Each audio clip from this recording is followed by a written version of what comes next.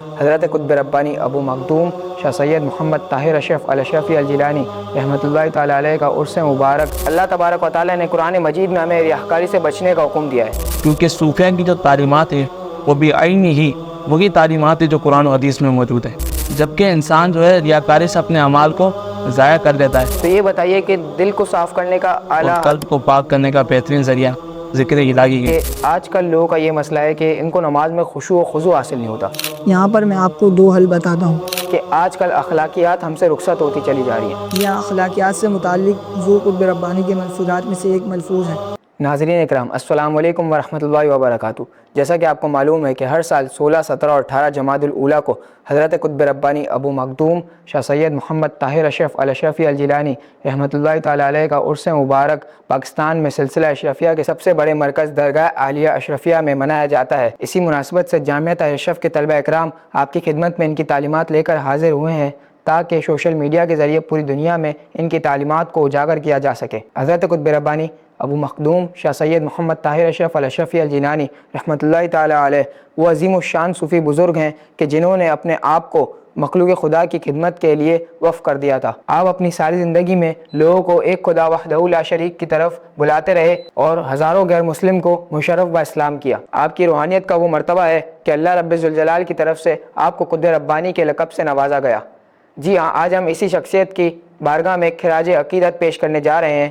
ہمارے ساتھ جناب محمد احمد اشرفی صاحب اور جناب سید عبدالقادر صاحب موجود ہیں۔ ہم ان دونوں کو اپنے پروگرام میں خوش آمدید کہتے ہیں۔ جی ہاں، تو میرا پہلا سوال جناب محمد احمد اشرفی صاحب سے ہے کہ آپ یہ بتائیے کہ اللہ تبارک و تعالیٰ نے قرآن مجید میں ہمیں ریاکاری سے بچنے کا حکم دیا ہے، تو حضرت قطب ربانی کی تعلیمات میں ہمیں اس سے کیا رہنمائی ملتی ہے؟ جی، بہت اچھا سوال کیا آپ نے کہ ریاکاری کی مذمت ہمیں قرآن و حدیث میں بھی ملتی ہے اور اسی طرح صوفیہ کے اقوال و احوال میں بھی ملتی ہے، کیونکہ صوفیہ کی جو تعلیمات ہیں وہ بھی عین ہی وہی تعلیمات ہیں جو قرآن و حدیث میں موجود ہیں، کوئی الگ سے نئی بات جو ہے وہ شریعت کی مخالفت نہیں۔ جہاں تک بات رہی حضور قطب ربانی علیہ رحمہ کے ملفوظات میں ریاکاری کے متعلق کیا ملتا ہے کہ حضور قطب ربانی کلکتہ کے اندر اپنے مریدین و متعلقین کو نصیحت کرتے ہوئے فرما رہے تھے کہ ریاکاری سے بچو کیونکہ یہ اعمال کو ضائع کر دیتی ہے۔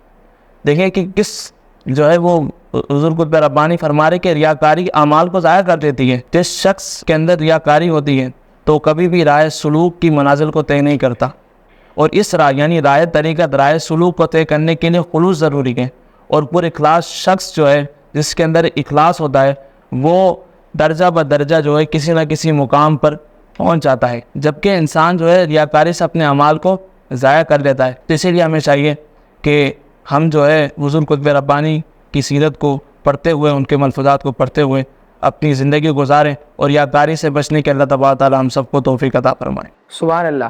تو احمد اشرفی صاحب، آپ یہ بتائیے کہ حدیث شریف میں یہ ہے کہ ہر چیز کو صاف کرنے کا کوئی نہ کوئی آلہ ہوتا ہے، تو یہ بتائیے کہ دل کو صاف کرنے کا آلہ حضرت قطب ربانی رحمۃ اللہ تعالیٰ علیہ کی تعلیمات میں ہمیں کیا ملتا ہے؟ جی، بہت اچھا سوال کیا آپ نے ذکر الہی کے متعلق۔ حضور قطب ربانی رحمۃ اللہ تعالیٰ علیہ کی سیرت میں بھی ہمیں یہی درس ملتا ہے۔ حضور قطب ربانی رحمۃ اللہ تعالیٰ پاکستان ہجرت کرنے کے بعد سندھ تشریف لے گئے اور وہاں پہ تمام سلاسل طریقت کے ماننے والے لوگ موجود تھے۔ آپ رحمۃ اللہ تعالیٰ نے فرمایا کہ اہل طریقت کے لیے ضروری ہے کہ وہ اپنے قلوب کو پاک کرے، اور قلب کو پاک کرنے کا بہترین ذریعہ ذکر الہی ہے۔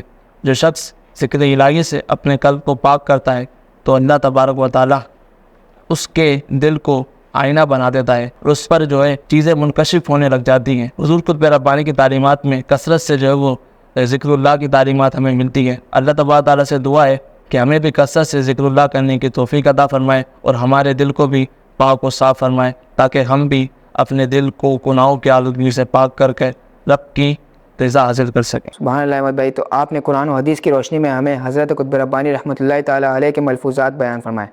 جی ہاں، تو اب میرا تیسرا سوال سید عبدالقادر صاحب سے ہے کہ آپ بتائیے کہ آج کل لوگوں کا یہ مسئلہ ہے کہ ان کو نماز میں خشوع و خضوع حاصل نہیں ہوتا، تو اس کے متعلق حضرت قطب ربانی کی تعلیمات سے کیا رہنمائی ملتی ہے؟ جی ہاں، آپ نے بالکل صحیح فرمایا۔ اکثر لوگوں کا یہی مسئلہ ہوتا ہے کہ نماز میں ذہن منتشر ہو جاتا ہے، جس کی وجہ سے خشوع و خضوع برقرار نہیں رہتا۔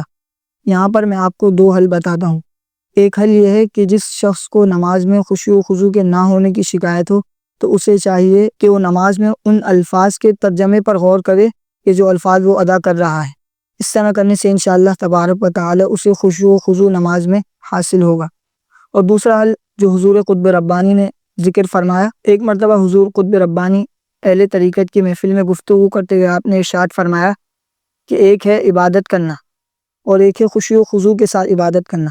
عبادت کرنا یہ ہے کہ جیسے نماز کا وقت ہوا اور آپ نے نماز پڑھ لی، تو اس طرح کرنے سے آپ کا ذہن جو ہے وہ منتشر رہتا ہے۔ لیکن خشوع و خضوع کے ساتھ نماز پڑھنے کا مطلب یہ ہے کہ تمام دنیاوی معاملات سے آپ اپنے ذہن کو خالی کریں اور پھر آپ رجوع اللہ کی طرف ہو کر عبادت میں مشغول ہوں۔ اس طرح کرنے سے انشاءاللہ تبارک و تعالی نماز میں خشوع و خضوع پیدا ہوگا۔ اس بات سے ہمیں یہ سبق ملتا ہے کہ نماز میں خشوع و خضوع حاصل کرنے کے لیے تمام دنیاوی معاملات کو ایک طرف رکھتے ہوئے خالصتاً اللہ تبارک و تعالی کی بارگاہ میں جو ہے حاضر ہوا جائے۔ سبحان اللہ۔ تو اب آپ سے میرا چوتھا اور آخری سوال یہ ہے کہ یہ بتائیے کہ آج کل اخلاقیات ہم سے رخصت ہوتی چلی جا رہی ہیں، تو اس کے متعلق حضرت قطب ربانی نے کیا ملفوظات ارشاد فرمائے؟ یہاں اخلاقیات سے متعلق حضور قطب ربانی کے ملفوظات میں سے ایک ملفوظ ہے۔ حضور قطب ربانی نے ایک مرتبہ اپنے مریدین کو تربیتی نشست میں گفتگو کرتے ہوئے مریدین سے ارشاد فرمایا کہ اچھا اخلاق گیا تو سب کچھ گیا۔ اچھا اخلاق تمہاری قدر و قیمت میں اضافہ کر دیتا ہے۔ اخلاق کے آپ نے مختلف معنی ذکر فرمایا، آپس میں خلوص و محبت سے پیش آنا اور ہمدردی اور محبت کا نہ ٹوٹنے والا یہ رشتہ اچھے اخلاق ہی سے جنم لیتا ہے۔ لہٰذا اہل طریقت پر یہ لازم ہے کہ وہ اپنے اخلاق اور اعمال کو درست کریں اور آپس میں خلوص و محبت سے رہیں، اسی میں ہماری کامیابی ہے۔ اس بات سے ہمیں یہ پتہ چلتا ہے کہ اگر ہم حضور قطب ربانی کے اس فقط اسی ارشاد کو اگر ہم تھام لیں تو ہماری کئی جو مشکلات ہیں وہ دور ہو سکتی ہیں۔ جی ہاں ناظرین، تو یہ تھے جامعہ طاہر اشرف کے درجہ ثالثہ کے طلبہ اکرام جو آسان انداز میں حضرت قطب ربانی رحمۃ اللہ تعالیٰ علیہ کی سیرت کو بیان فرما رہے تھے۔ اللہ تبارک و تعالیٰ سے دعا ہے کہ ہمیں حضرت قطب ربانی رحمۃ اللہ تعالیٰ علیہ کی سیرت پر عمل پیرا ہونے کی توفیق عطا فرمائے۔ السلام علیکم ورحمۃ اللہ وبرکاتہ۔